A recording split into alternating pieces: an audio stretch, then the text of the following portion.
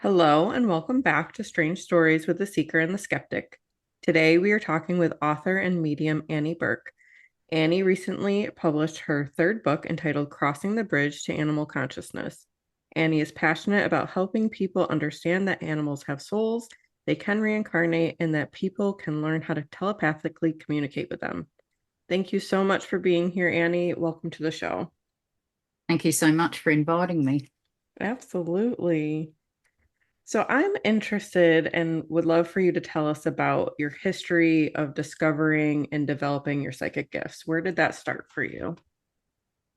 Ooh, going back to very early childhood, I had claircognizance, which I didn't realize at the time because I was too young, but I would just know the answers to questions and no rational way of knowing how I knew the answers. And I used to drive my family mad because I was always right and they couldn't understand how I always knew.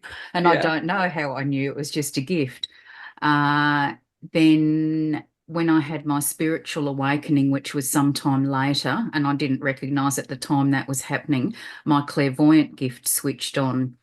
And that was just a huge surprise because I'd be having conversations with people and would suddenly have flashbacks into their past and visions of their future, and no idea why I was suddenly seeing these things or what I was supposed to do with it. So I spoke to a few people about it, and New Age concepts weren't really accepted at the time. And so people said, oh, no, don't dabble in that. So I listened to them and I stopped for years. And then a very intuitive friend found a flyer for a spiritual development course. And she said, I thought you might be interested in this. So I went along, my clairvoyance switched on, healing switched on, a whole lot of other things started to happen. So since then, I've just been on this journey of discovery about everything spiritual and metaphysical. I'm particularly interested in healing. So I've studied Reiki, clinical aromatherapy, crystal therapy, all sorts of things. But then I'd always been interested in connecting with animals.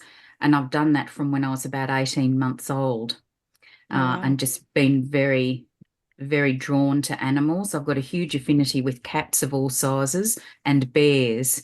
So if I go to a zoo, I've got to go and see all the cats that they've got there, and I've got to go and see all the bears and talk with them. And so I had a little ginger girl cat, and she sadly passed away after a very short illness. And it made me feel as though I'd missed the opportunity to connect with her. I'd always thought my cats could understand me, and I actually used to say to them, I wish I could speak cat because I wanted to know what they were trying to say back to me. So she's the one who inspired me to look for an animal communication course. And I found one online, and there was a ginger cat on the homepage who Oh, looked wow. exactly like her, facial markings and everything. And I Hmm. thought, wow, there's a sign that this is what I'm supposed to be doing. And so that was over 12 years ago. And I had two cats living with me at the time. So they became my very patient teachers. And that was their purpose, to help teach me. And I've since spoken to my ginger cat in spirit and said that, I regretted not being able to talk with her when she was alive. She's got no regrets. It was her purpose to lead me to doing that because she knew that was my purpose. And so I've spoken to her lots of times since in spirit. She's appeared in meditations and dreams, and I've been able to pick her up and hold her and feel her purring and breathing. So it's really reassuring when they can come through and do that for us. So, and as I've pursued my spiritual path and my life purpose, I think my gifts have amplified, particularly clairsentience. So now when people are saying things to me, I can get a reaction if my soul recognizes that it's the truth. But I can also tune into the animals and ask them to let me feel in my body what they're feeling in their body. So I can help work out what's going on a physical level, but they can also share what's going on an emotional level. And some of our animals are actually dealing with grief from a former human animal family member or a animal family member that's passed over. And we can't tell from the outside what our animals are dealing with on an emotional level. So when they share things like that, I can let the parents know what they're still dealing with, because there are healing modalities available to help with releasing trapped emotions. And I think that's so important for our animals, that they're not just stuck and that they can move on and have a more fulfilling and more enjoyable life, particularly with rescue animals, because we don't know what's exactly happened to them in the past. We don't get an accurate history of them. And I've spoken with lots of rescue animals. And although their physical scars may have healed if they were harmed physically, what they're dealing with on an emotional and psychological level, we don't know. And sometimes they share a bit of that so that their humans can be a bit more patient and sensitive while they're still continuing their healing journey. So I think answering your question about the psychic gifts, yes, it started from just after birth, and I think they've Mhm. just enhanced as I've honoured my spiritual path. Mhm. How do animals communicate? You said that sometimes it's through feelings you can actually feel in the body, but how else do they communicate? Is it pictures? Is it words? What is that like? Yes. So my understanding of telepathic conversation is it's how animals communicate with each other within their own species and between species as well. I also understand it's something that we do when we're young. So if you look at little kids, they squat right down next to an animal and they can tell you what the animal's saying, and they're genuinely having a conversation with them. But something happens as we grow up and we turn off that telepathic communication channel. But it's something that we can reactivate again. And that's what I'm now doing with my mentorship program, helping people to talk with their animals. And so, what we do in the program is the different ways that animals do communicate. So, with their verbal communication, I hear that in my head. It's not audible in the ear. It's really Hmm. weird hearing voices in your head and you think you're going crazy. But they've all got different voices, just like humans. So, different tones, different accents. You can tell when some of them are smiling, some of them have got very funny senses of humor and they tell jokes and they really make me laugh. But verbal is just part of it. So, yes, you're quite right talking about pictures. They can send images and they can also send little video snippets. Now, they haven't told me yet how they're doing that. It must be some thought transference technique, but they haven't explained it. So, obviously, I don't need to know at the moment. But I've had images sent to me from my animals and from other animals. And if I don't understand what they're trying to tell me verbally, I ask if they can show me, and then they can show me, and they can send the emotions and feelings so we can feel what they're feeling. So it's a combination of all of those ways that they communicate telepathically. But until we know how to do that, they have to rely on their eye language and body language and Hmm. different vocalizations and changing behavior to get our attention and let us know that they're trying to get a message through to us. And it's interesting because I get lots of questions about behavior changes, and the animals are so smart to have worked out that we notice when something changes, and they're not being deliberately naughty, they're trying to tell us something. Yep, that makes a lot of sense. And I wish I could record what I hear in my Hmm. head so that the humans could hear what their animals' voices sound like. Hmm. It's just so fascinating because I never know what they're going to sound like or what they're going to say. So I've learned to expect the unexpected now. Awesome. Would you say that this is something that just about anybody could do if they had like a some guidance to it? What I ask is that people are aware that their animals have souls, because that's how I connect with them when they're in spirit. You're connecting with their soul energy or their soul frequency. So if they're not open to that, then they're going to block themselves and it won't work. And they need to be open to animal communication being a reality, because again, if they don't accept that, then they're going to block having progress. But as long as they understand those things and they're open to it, then yes, with the program, we do a lot of exercises. I get them to work with two of their domestic animals who are living. And if they don't have two animals, then they can work with my cats who have already been working with some clients.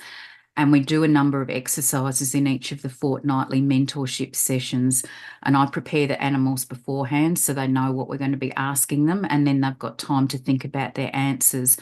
because I've discovered now they're so intelligent that when they answer a question, it's not just an academic answer about sending a word starting with the letter T. They're going to send something that's significant for the human, to help them on their spiritual journey.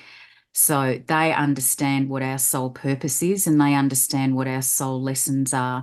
And some of them are here to help us with those. And particularly for animals who have come here to be our teachers, once we can communicate telepathically with them, then they can start teaching us to help us fill our mission, but it's also helping them fulfill their mission, helping us. So yes, answering your question, as long as people are open to it. I do go through a number of the different blocks in the information they do before we start the mentorship. And it is easy to doubt yourself, because I'm going to share some stories where I thought I was hearing things, but I was actually accurately hearing what they were saying, but I just didn't understand why they were saying what they did. And it's just getting the confidence. When an animal answers a question, the answer's almost immediate. So whatever comes into your head straight away is their voice answering you.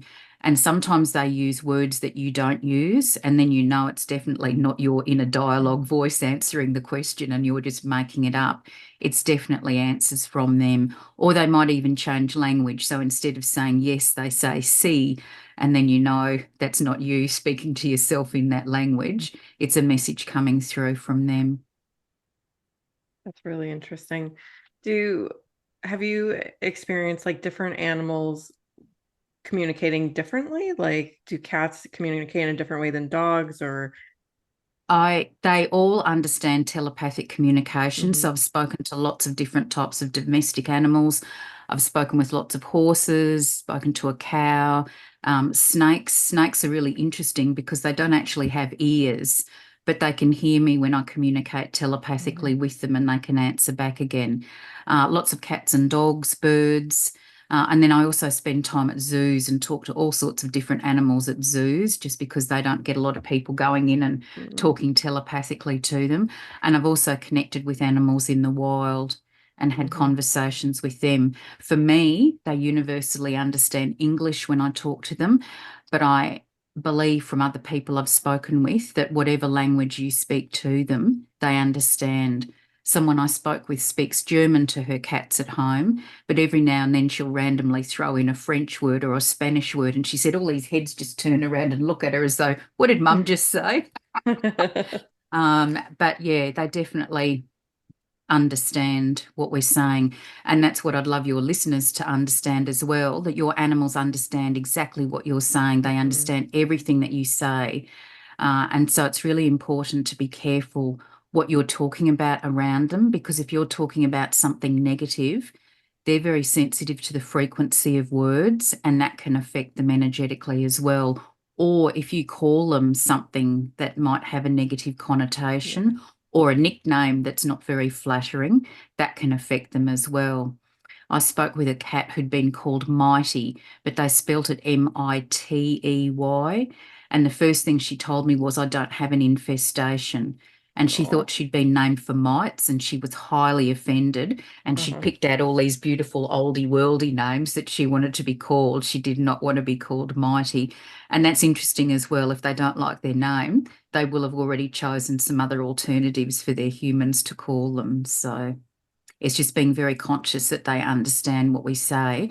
And then it's also important to let them know that we love them and we're grateful that they're with us. They know, but hearing us saying those words are very high frequency words, and that really helps them as well.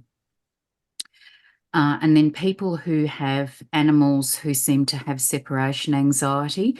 So Mhm. it may be rescue animals who are afraid of being abandoned if they've experienced that before. If you walk out the door, they don't know if they're ever going to see you again. And that can be really stressful for them. So I always encourage people to say, if they're going out, to let their animals know where they're going, what they're doing, and when they'll be back. Some of our animals have come to be our guardians. And if we go out the door, they can feel as though they're failing because they don't know where we're gone and they don't know what's happening to us.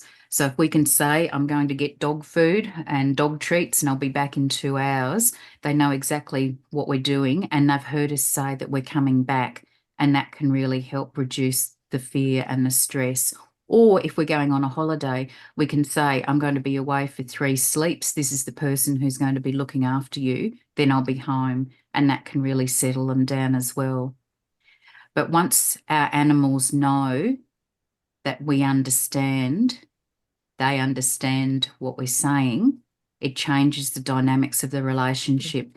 And I've had people just listen to a session with me and they've gone home and said to their animal, I love you and I'm grateful you're here. And the way the animal looks at them is different. They understand exactly what's being said and they really appreciate that. And they just love us telling them what's going on. One of my cats said to me, I just want to be involved. So they don't care whether you're going to go and do the washing or you're folding clothes or packing boxes or whatever you're doing. They just love knowing and being part of your life because to them, you're their world. And so the more we talk to them verbally, the more they love it. And then once we can speak with them telepathically, then that just takes the relationship to a whole different level because they can tell you what they want when they want. Particularly if they're here to give you spiritual guidance and help you on your path. But they can also use telepathic communication to their advantage. So one of the cats that was in my mentorship program loves roast chicken. So now that he knows his mum's done the program, when he's hungry, he just sends her images of chicken so she knows. So yeah, they're pretty funny with what they come out with. And also the words that they know, because I have people say, it's a dog, it knows stop and walk, and that's about it. Doing these conversations in the mentorship program, some of the words they come out with, I've never heard of before. And I look them up in the dictionary and they're there. And I feel these are animal souls that have had human lifetimes in the past. And so they're familiar with words of those era and not something that we use in common day language. I did an exercise with one of my clients where the client had to send my cat a word and then ask my cat to send back the word that she received. And my client sent my cat the word transform. So I'm waiting for my cat to send back the word transform. My cat sent back the word transmogrify. Now, I've never knowingly said that word in front of her, so she hasn't heard it from me. But when I looked it up, it means to transform in a surprising or magical manner. So she knew exactly what word had been sent to her, but she's just upping the ante by sending back a word that means the same, but it's different. So I actually said to her afterwards, how do you know that word? Because you haven't heard it from me. And apparently she was an English tutor in a past life. So it's a Maybe a word hundred she's years familiar ago. with. Sorry? Maybe 100 years ago. That's an old Yes. word.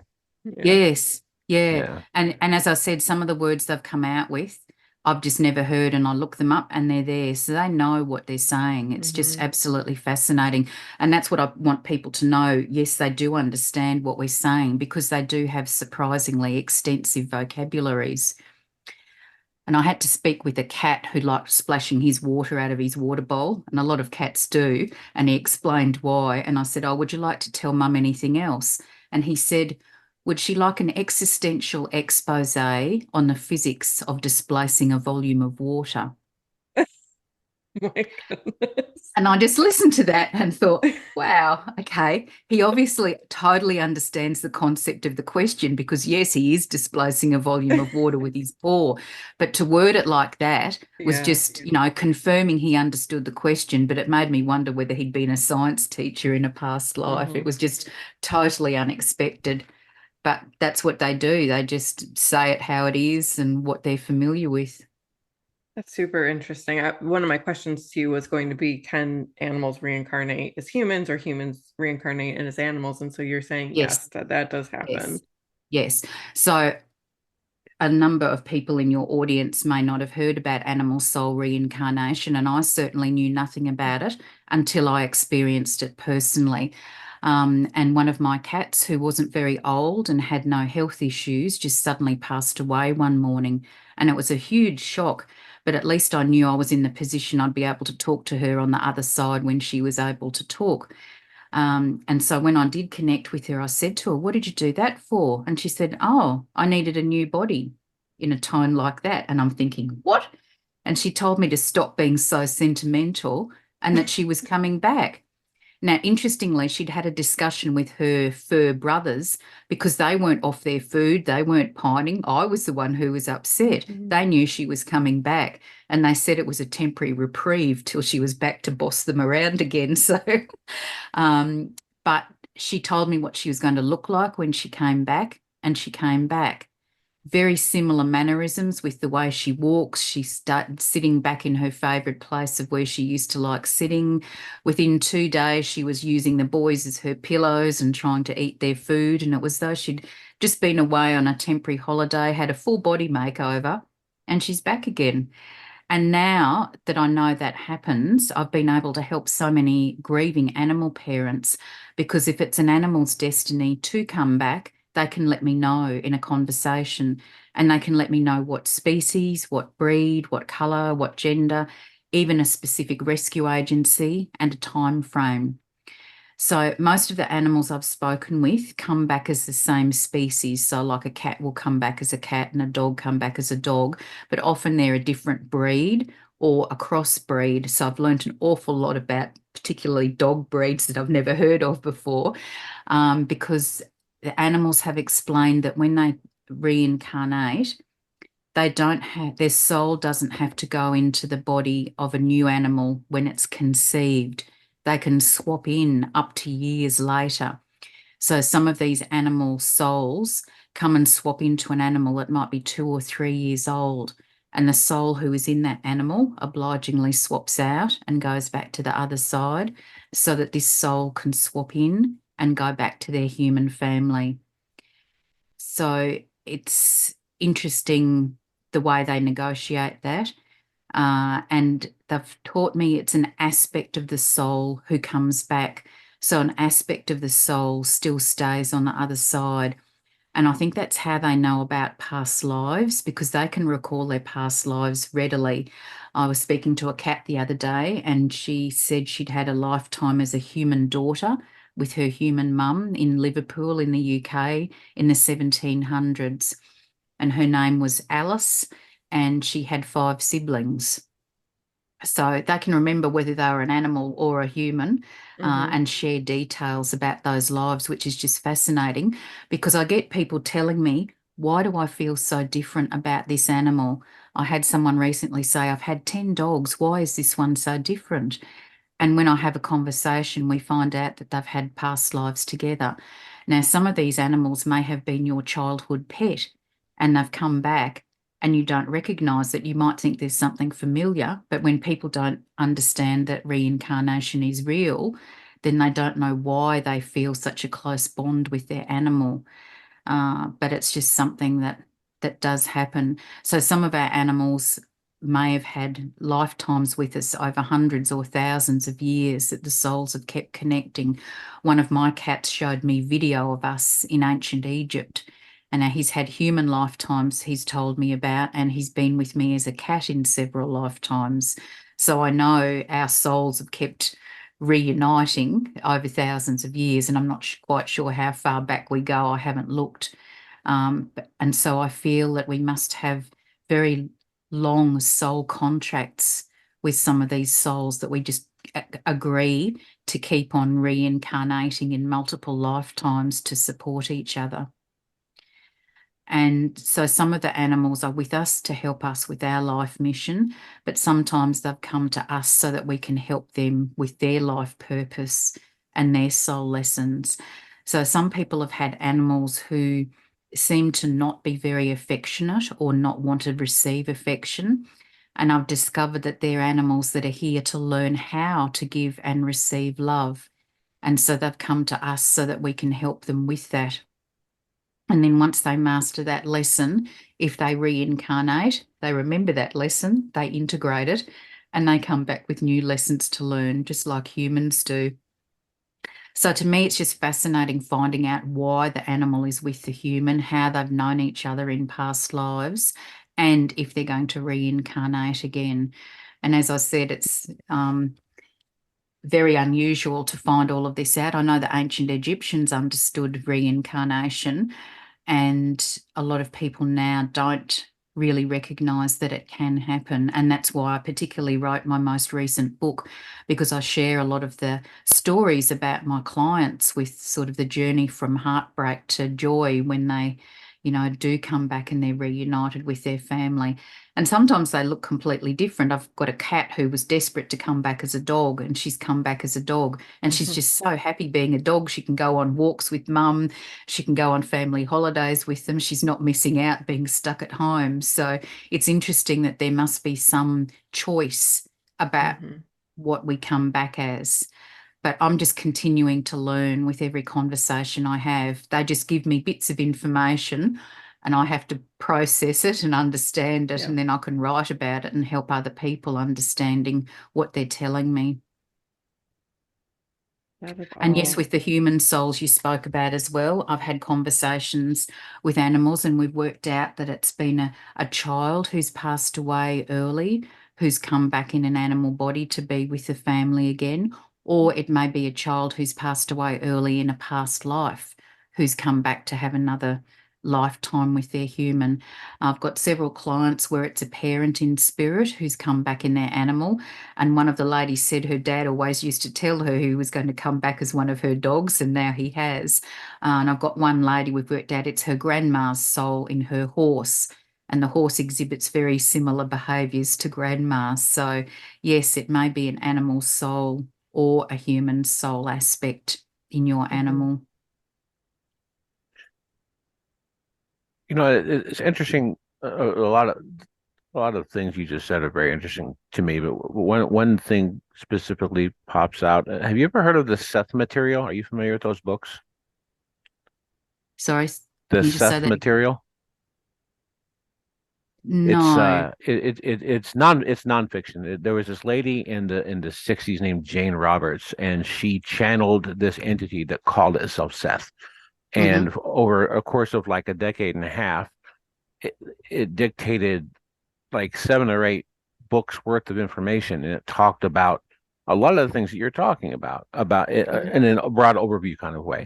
And one of the things that it says that I had not previously heard before that you just said, it says that a soul can go, it's not like conception or birth and then there's a soul and you go. It can be anytime from before a birth of something to months after the birth of something that a soul will inhabit a body. And so that's how, like, because there's times when someone feels like they've got memories of a past life that would have slightly overlapped the life that they're in, and it makes people doubt that stuff. But Seth specifically was saying that it's not like it's not seamless like that, and it's kind of something kind of like what you just said. And that's the only other time I've ever heard anyone say it like that. So that's really interesting to me, especially since you've not heard of this Seth material before. No. But this is what the animals have demonstrated, that they can swap into, like, often rescue animals will deliberately choose another rescue animal for their soul to swap back into, because they know that's who their humans will be looking for, to give another lifetime of love to. So I've got several clients where it's like a 3-year-old animal that soul aspect has swapped into. So another soul's been living in that animal for 3 years. And then this new one swaps in. And yes, interesting with the concepts about overlapping, because again, that's another fact that the animals have been reinforcing, that time is not linear. And so there's an aspect of the animal soul who stays in heaven that they refer to as the anchor. And then there will be aspects of the soul that might be in our minds in the past, in the present, and in the future, but they're all actually simultaneous lifetimes.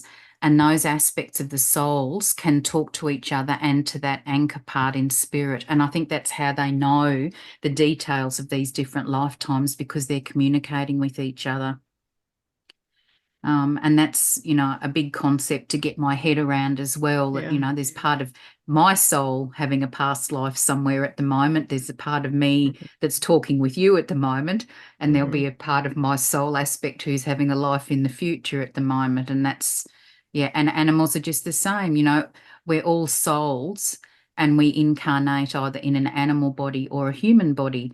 And I know there are some cultures that feel as though you progress through a range of animals and then you kind of evolve and then you start having human lifetimes.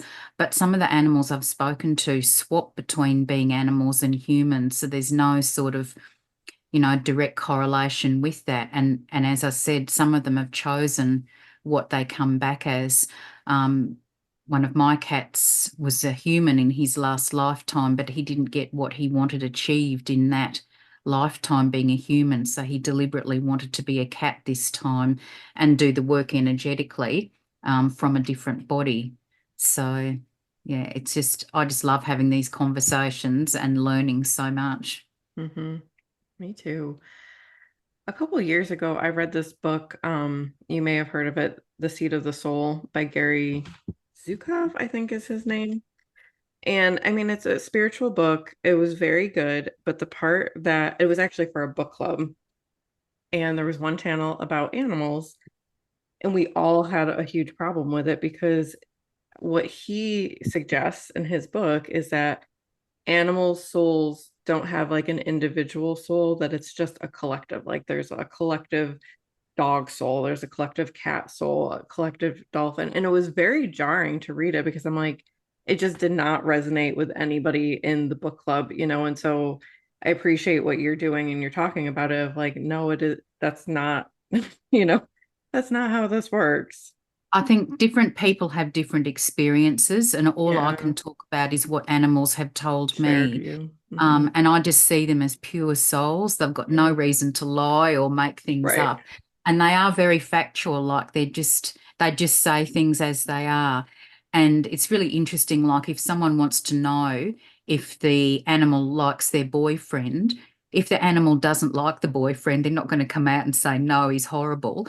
They'll say something tactful and say, they could do more around the house to help you or something like that. So they know what's going on, and they're Hmm. very protective of their humans. So if they don't think that someone is the right person for you, they can say, advice like that to help you realize, Yeah, how you could be better supported in the relationship. So they can give us advice about lots of different things, but yeah, yeah. very perceptive. Yeah, it sounds like what you're saying is in your experience in your conversation with animals, it's like a soul is a soul is a soul. So it's like there's no differentiation, there's no hierarchy between a human soul and a cat soul. Yeah. That's my understanding because Hmm. of the conversations I've had. And, when I know that some of my animals have had human lifetimes and I've had animal lifetimes, they've swapped in between them. And I know there's connections with certain animals and I can feel that. So it's working out, have they had past lives with me, or is this someone that I've never had in my life before? And you feel different relationships. The same soul is not necessarily going to keep coming back, but some of them do. So I've got a few clients where the soul aspect has been in 3 successive animal bodies in this lifetime with them. And I've got one client whose dog is about to come back and have his 4th lifetime in a row as a dog with her. So again, to me, that's evidence that there's a strong, long soul contract that, Hmm. that soul just keeps coming back to be with the human. And so there's a different soul in a different dog. So that mum's got 2 dogs, and the soul that's in her female dog has also had past lives with her. And I've got a few clients where 4 of the animals who are with them now have had past lives with them. So they've all chosen to come back at the same time and be with their mums again. So and the mums can recognise their former animals in the new ones. You feel something on a heart level, you can feel it in a soul. Sometimes they look almost identical when they come back. Sometimes they're completely different. Obviously, if they've completely changed species, they're very different, but there will be something that you recognise them. I've had someone with a cat who then got a puppy, and the cat's soul went into the puppy. The puppy goes up and down the stairs the same way the cat did. So they can see similarities between them, sort of unique behaviours that are not just normal puppy or kitten behaviours. So they've all got their little idiosyncrasies with what they do. My cat, who reincarnated, used to love sitting on the back of my recliner chair and grooming my hair. And that's where she sat when she came back. She's the only one who sits there. She does the same behaviour. So it's just interesting what comes back, because it's an aspect of the soul coming back with the reincarnation. So it's not 100% of the soul, but some people see a lot of similarities with the former animal, and some people only see a few of their behaviour traits. So it varies, but you definitely know it's them back again. Yeah. You had mentioned a couple of times that a lot of times animals will incarnate to be like spiritual teachers. What are some stories you have about that? That's really interesting, because they know so much from their past lives if they're really evolved souls. The last chapter in my recent book was basically dictated by one of my cats, with the wisdom that they want to share. And part of what he was saying was that they can help us to accelerate our spiritual evolvement. Because they know so much, they can sort of short track or fast track our knowledge integration, because they understand how much new information they can give us without overloading us. And that's what they've been doing with me. Like, they'll tell me something and I've got to process it and get used to it. And then they'll tell me the next thing, and it's kind of building up on that knowledge. Like learning about having the aspect of the soul in heaven and an aspect of soul in the animal. For me, my cat who taught me about reincarnation, I still talk to the aspect of her who's in heaven, and she still keeps teaching me from there. But I've also got her physical presence in the cat who's with me now, and I talk to her. So it's two aspects of the same soul, and they've got different voices. So they let me experience that so I could get my head around that and understand that, and now I can talk about it. But yeah, this expansion, I just want to see if I can find. So this is one of the things that my cat told me to write.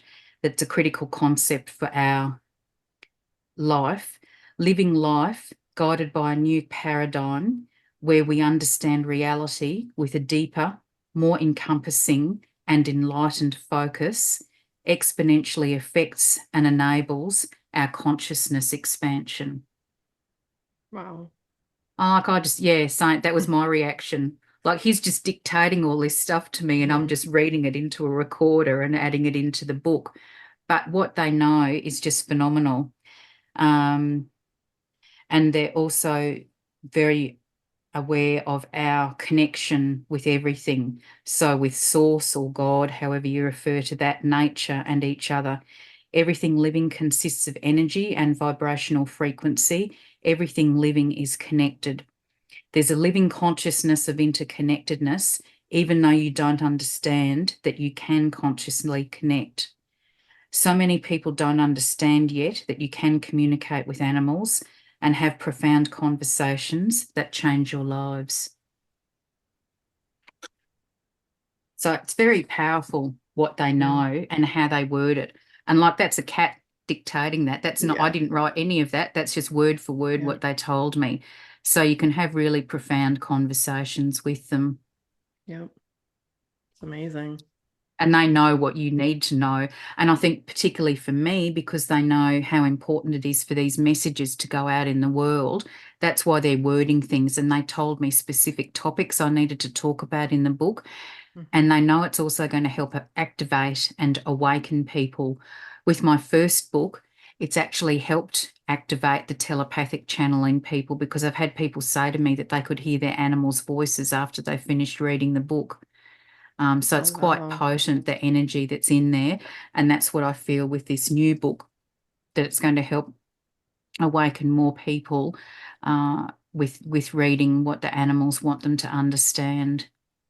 Why do you think there's been such a disconnect? You know, you had mentioned that ancient Egyptians kind of had this deeper connection with cats, especially children, you know. So what has happened in our society or whatever that has kind of disconnected us from that deeper spiritual connection. I think it's just something that is part of what society accepts.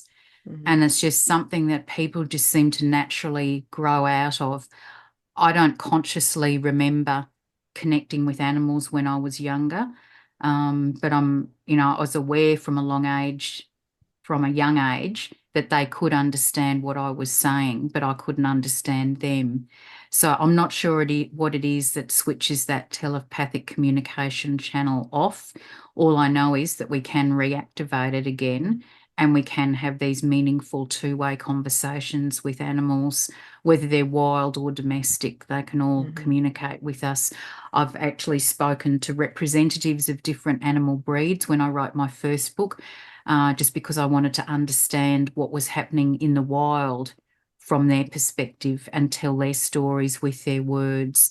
In zoos, I can go and have conversations with animals and find out, are they comfortable? And I've had one animal in a zoo where the thermostat was too cold, and they were really cold and they wanted the thermostat put up. That's something really easy for someone to do to make them more comfortable. Or if someone's got aches or pains, you can pass on that message as well. So, they might seem like little trivial things to us, but it can make a big difference to an animal's life if we know what's going on.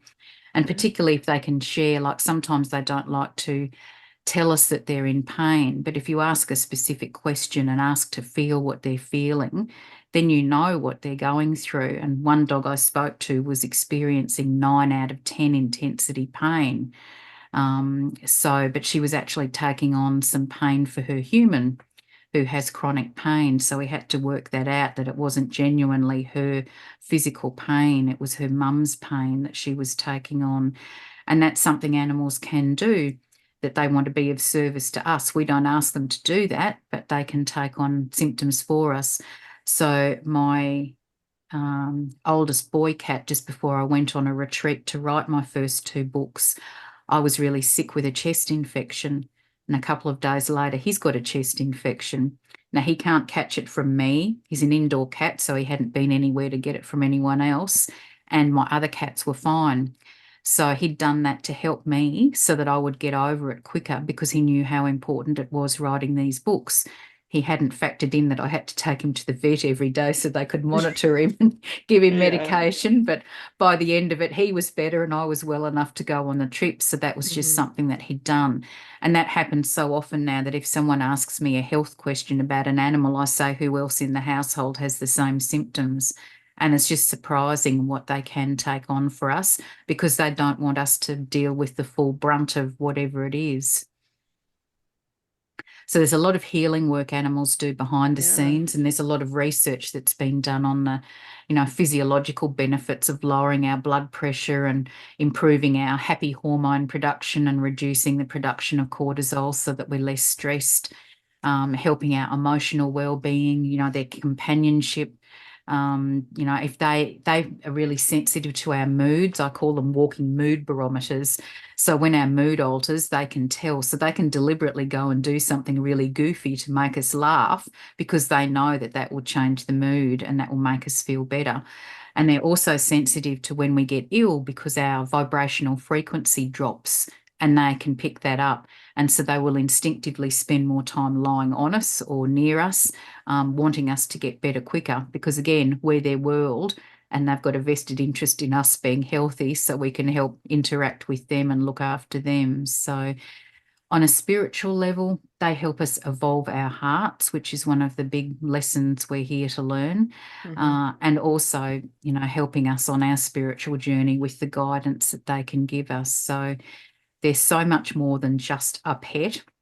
And that's what I want people to understand as well, that, they have got souls, they do understand everything we say, and there is a reason that they're with us. Yeah. Well, I think that you are sharing a very important message for sure.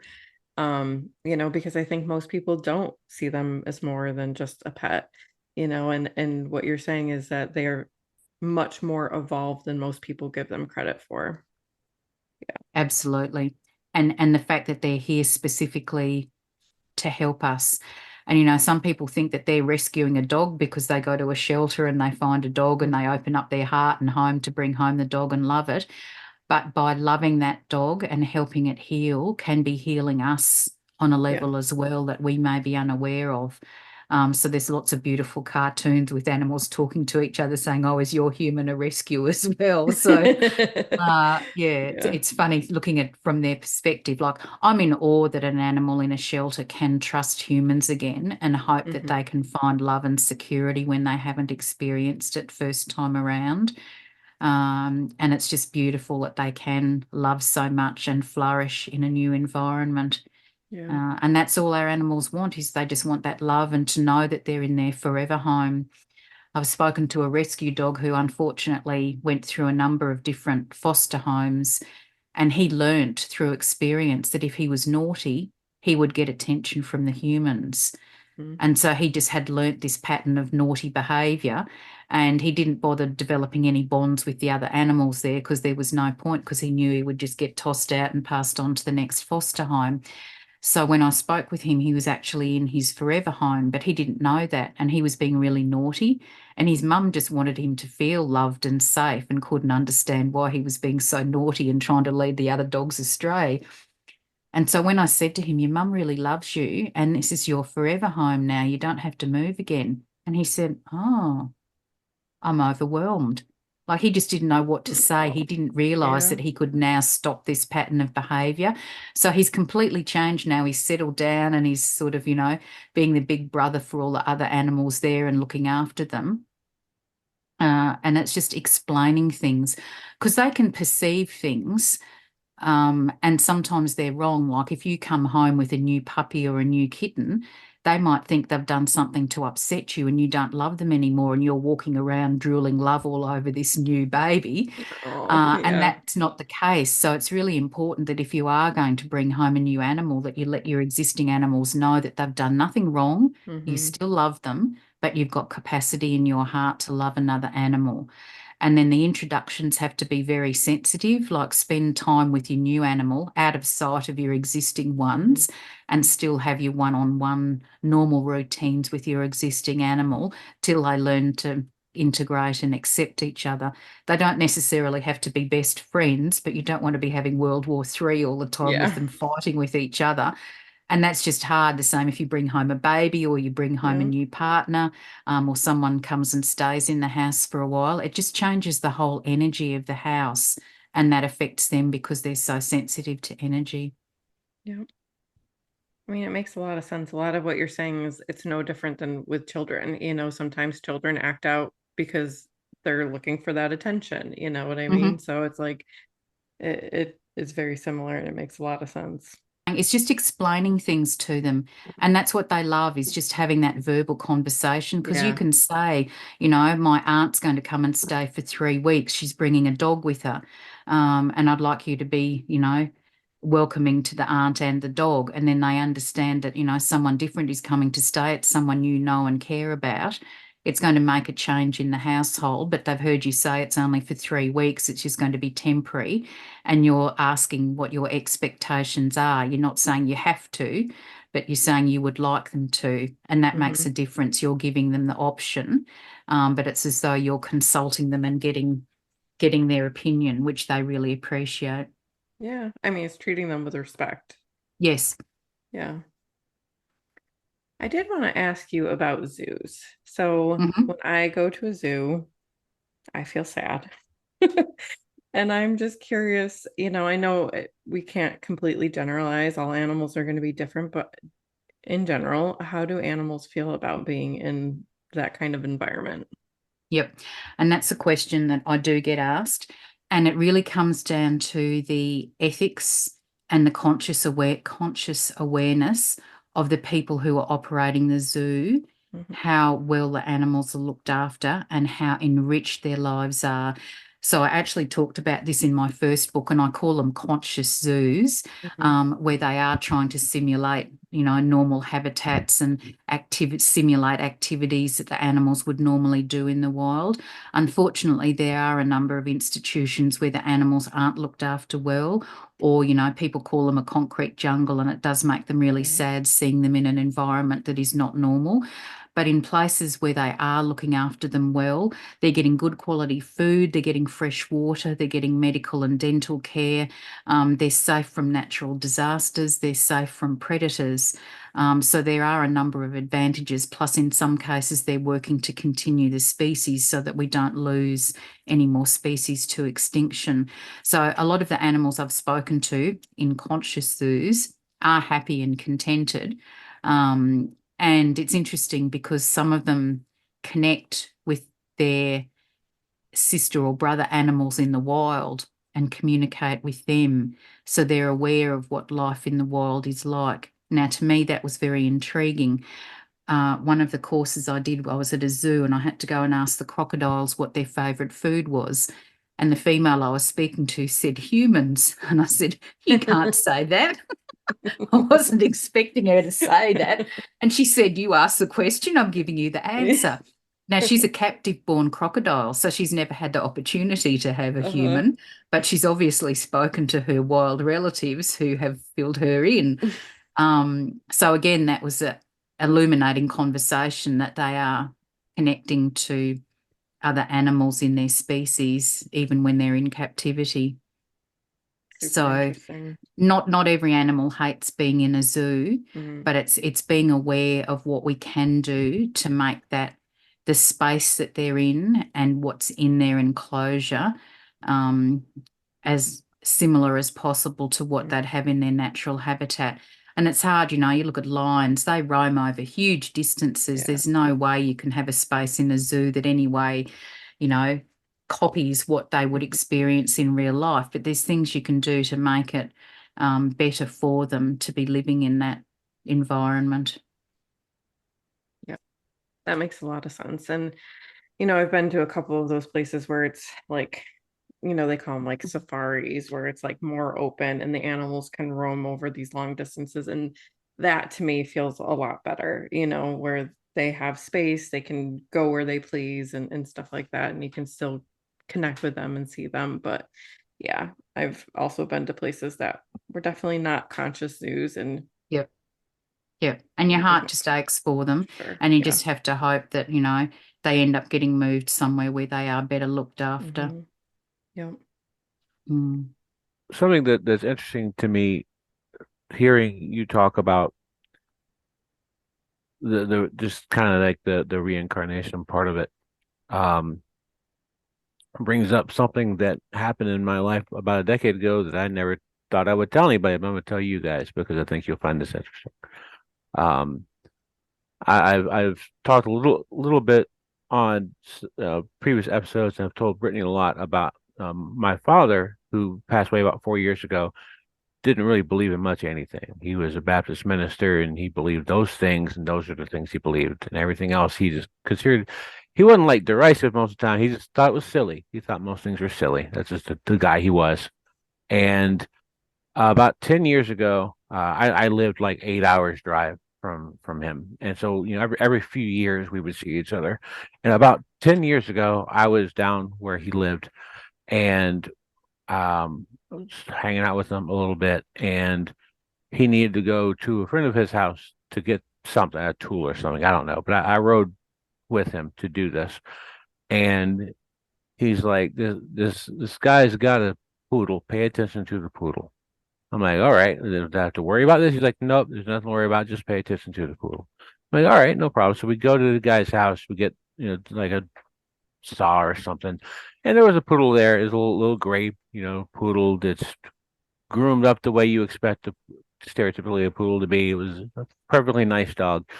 So we leave this guy's house and we're driving on the road in my dad's truck. And my dad said, I think that dog is Charlie. Well, my dad's brother's name was Charlie. My dad's brother died in 1990 of HIV. And he, for 30 years had poodles. His whole life he had poodles. And when he died, his last poodle, who was named Smokey, looked exactly like that guy's dog. And when he died, that dog started kind of, in a way, acting like my uncle. And then years and years later, my dad says, as someone who would have scoffed at anyone who ever would say any of these things, looked at me and said, I I think that dog is Charlie.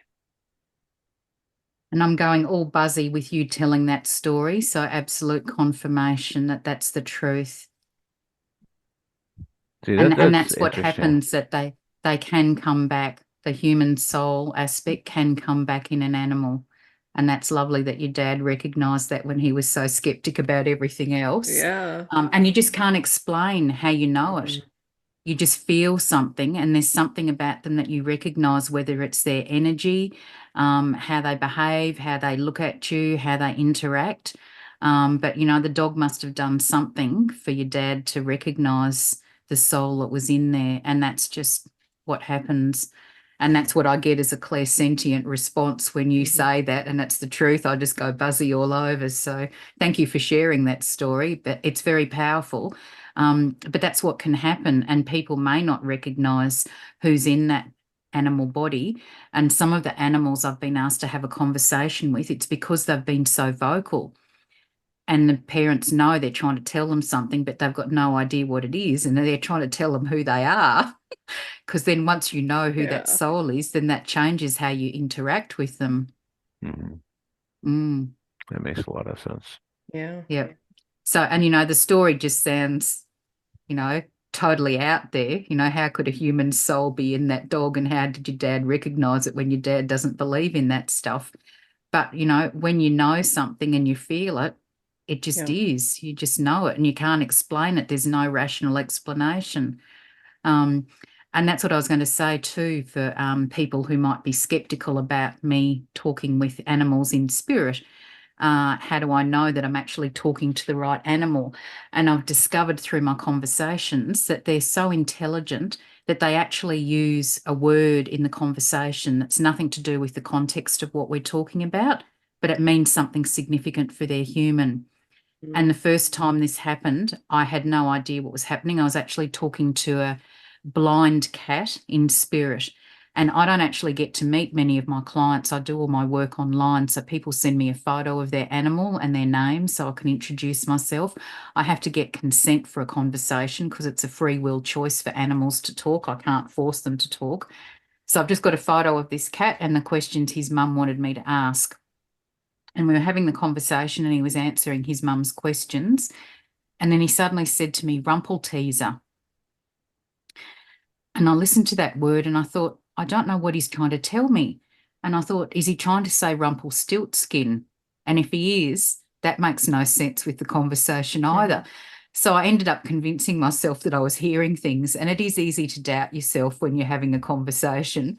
And so we continued. And then he said it again very clearly, Rumple teaser. And I thought, okay, he's giving me a message here. I'm going to have to ask his mum. And something made me intuitively think of it. And I sent her a message and I said, was he ever called Rumpelteaser?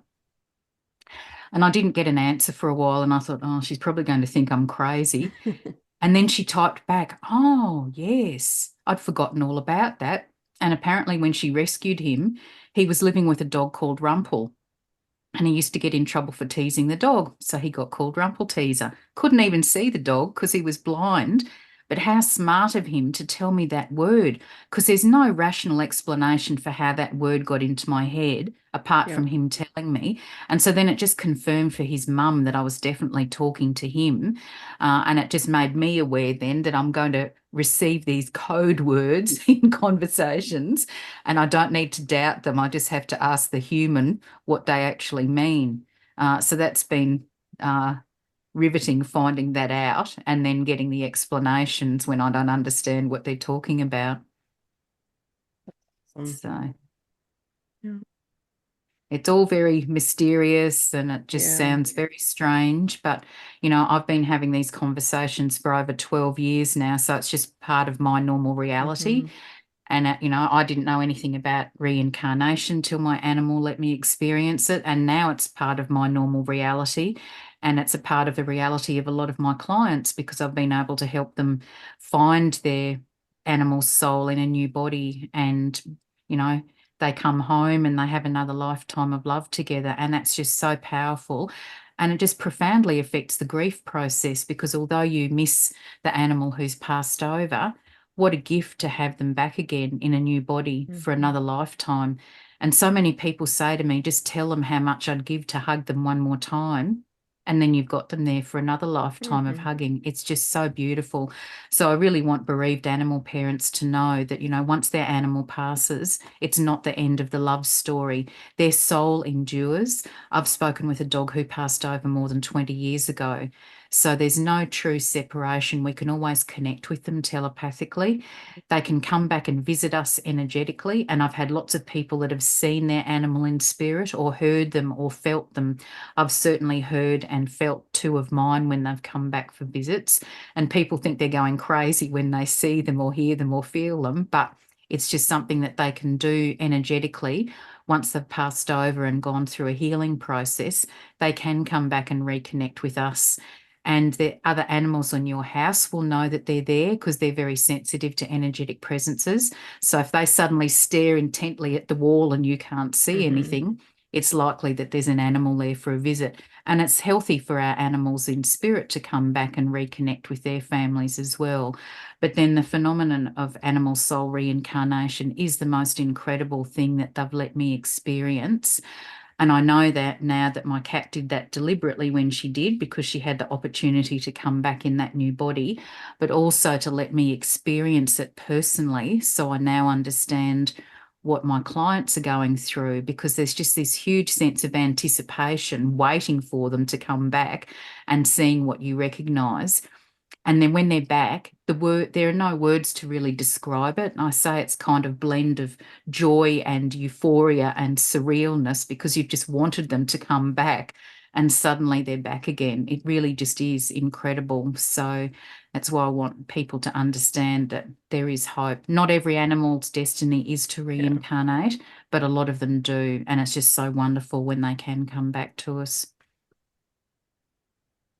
Well, this has been a very interesting conversation. I think the work that you're doing is both fascinating and I think important. I think that you're helping expand consciousness for a lot of people. So I really appreciate that. Tell us a little bit about, you had mentioned your mentorship program. Tell us a little bit about that and how people can find you. Yep, certainly. Um, Connecting with me is probably easiest on email. And so my email is chintuitive@bigpond.com. And my website is Cosmic Heart Intuitive. So it's www.cosmicheartintuitive.com.au. So either of those two ways. I'm also on social media, Facebook, LinkedIn, and Instagram. So Annie Bourke, Bourke. My mentorship program is a 3-month program, and I work with animal parents one-on-one with two of their animals or mine. They have to watch 11 brief introductory videos first and read my first book to help activate the telepathic channel opening. I make up a big crystal grid to help amplify the energy for the duration of the program as well. So there's a lot of work going on behind the scenes. And I also prepare the animals for each of the mentorship sessions. So once we start them, that's fortnightly. And we do a number of exercises, and then the mentorship program attendees get the audio tracks with all the exercises to practice for the 2 weeks in between. And we gradually do more complex exercises, and we do the verbal messages, the visual messages, the emotions and feelings messages, and get confirmation that the animal's actually receiving the messages correctly as well, like we did with that transmogrify example. And during the sessions, we also do some mediumship conversations so people can connect with their animals in spirit. And so by the end, they can talk to animals who are living and animals in spirit. And so some of my clients have gone on to do readings for other people now. So once you can connect, you can talk to any animal. Very cool. And people can also purchase my books. So for people outside Australia, they can access my books through Amazon. And in Australia, they can contact me and purchase the paperbacks directly from me. Okay. Wonderful. We'll definitely Awesome. link all of that in our show notes so that people can find you and, you know, explore your work a little bit more. For Thank sure. you.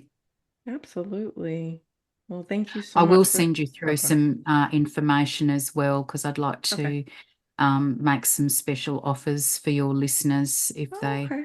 follow up and want to purchase a book bundle or enroll in the mentorship program or book an animal conversation package. So I'll send Okay. you through that information. Awesome. Thank you. That's awesome. I think a lot of people will appreciate that. Hmm. Yeah. For sure.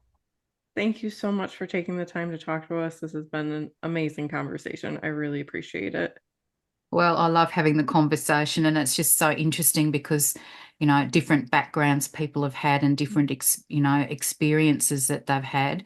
You know, everyone's at a different point on their consciousness awareness journey, but it's just being open to the fact that weird things happen that we can't rationally explain, Yep. and we don't know the answers to absolutely everything, but we can have an open mind and be willing to learn. And I just love that story about the dog with the uncle spirit in. That's just, yeah, that's just That's a good a one. classic example of weird stuff that happens that you can understand. Yep. For sure. Science hasn't been able to catch up to it, but it doesn't make it any less real. No, no. And as I said, you know, for the skeptics out there, especially with the code words I get, Yeah. there's no way to explain how I get the messages apart from the animals definitely telling me, and their parents confirming, you know, what those words mean. So that's, you know, very powerful proof that I am receiving these messages and can explain things. Yep, definitely. Awesome. Thank you Yes. so much for the opportunity Thank to you. have the chat with you. I've really appreciated that. We appreciate it too. I'm very glad that you answered in the Facebook group. That's all right, Yeah. because I know Jonathan said we've never had anyone like you on the show. No, No, no, for this sure. is Yeah. this is I've never wonderful. met Yeah. anyone like you. Or they When I say, was you look so normal. I love it. But, No, when I was no, reading your everyone's got answers. different gifts, and it's just, you Yeah. know, sharing, you know, we're here to share our gifts with the world. And my passion is animals, and I'm Yep. here to, you know, raise awareness on a global level about the importance of Yeah. animals. So having an opportunity to be on podcasts and, you know, be in front of different audiences and let them know more about their animals is an important part of my work. I think it's very important. No, when I was reading your, the answers that you gave us, I was like, ooh, I'm excited. Because I mean, we've talked to a lot of mediums, but nobody who is an animal medium. And it's not, I mean, I've heard of animal mediums before, but just haven't had the opportunity to really go deep with it. So thank you Yep. very much. Appreciate No, it. my absolute pleasure. Thank you. Great. All right. Lovely to meet both of you. Thank you so much. Yep. Nice to meet you too. Take care. Okay, Bye. bye for now. Bye.